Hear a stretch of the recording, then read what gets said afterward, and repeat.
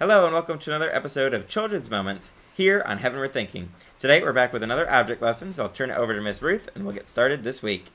Well, Timothy, you were with me in the grocery store the other day, and we were looking at some school supplies. What are some things you need to do if you are a student or a parent getting a student ready to get ready for school? We need to get school supplies. School supplies, things like what? Crayons, markers, colored pencils, pens, all kinds of stuff. And most of those things we think are the things we need to be ready for school. Well, I have a challenge for you of another way to be ready for school, and it has to do with your words. Thinking about your words as you get ready to go back to school. The kind of words you're going to use with your teachers, the kinds of words you're going to use with your friends, with your siblings, with your family. All of this can happen even before school. But I want us to especially think about school and about our words. So I'm going to read some verses, and then we're going to do a little object lesson and end with another verse. Ephesians 4:29 says, "Do not let any unwholesome talk," which means, for those of you who are younger, things that we shouldn't be saying that doesn't encourage anybody. "Do not let any unwholesome talk come out of your mouths, but only what is helpful for building others up according to their needs, that it may benefit those who listen."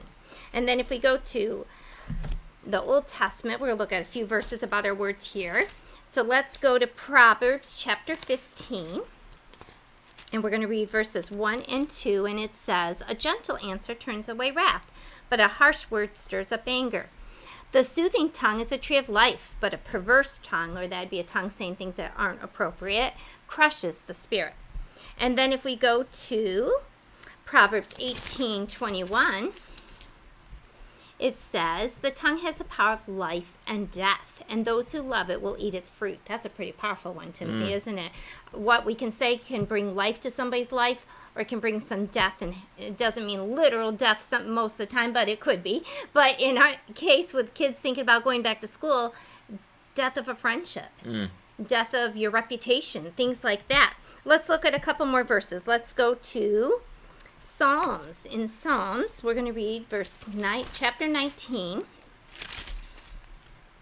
verse 14, and it says, "May these words of my mouth and this meditation of my heart be pleasing in your sight, Lord, my rock and my redeemer." So that verse is talking about our words being pleasing to the Lord.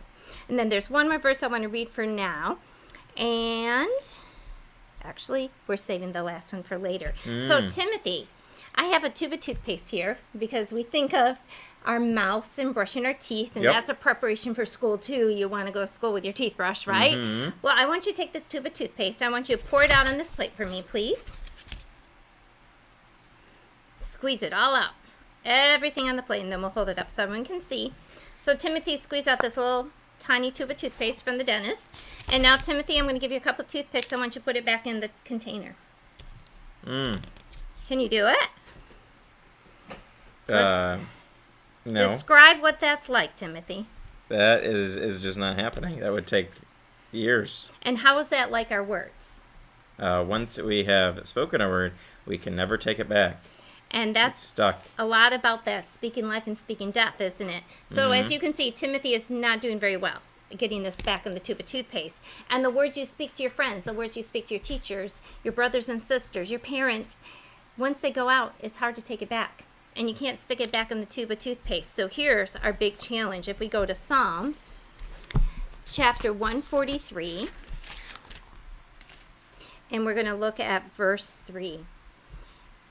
That is 141. I mixed up reverse it there. 141, verse 3. "Set a guard over my mouth, Lord. Keep watch over the door of my lips." So I want you to think about, kids, as you get ready go back to school, to pray that every day that you ask God to set a guard over what you say, so you're not squeezing out words that you can't get back in.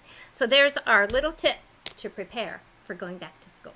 Absolutely. We hope you've been challenged by this and that you'll apply this and make sure that you are speaking good, godly words that build people up instead of tearing them down.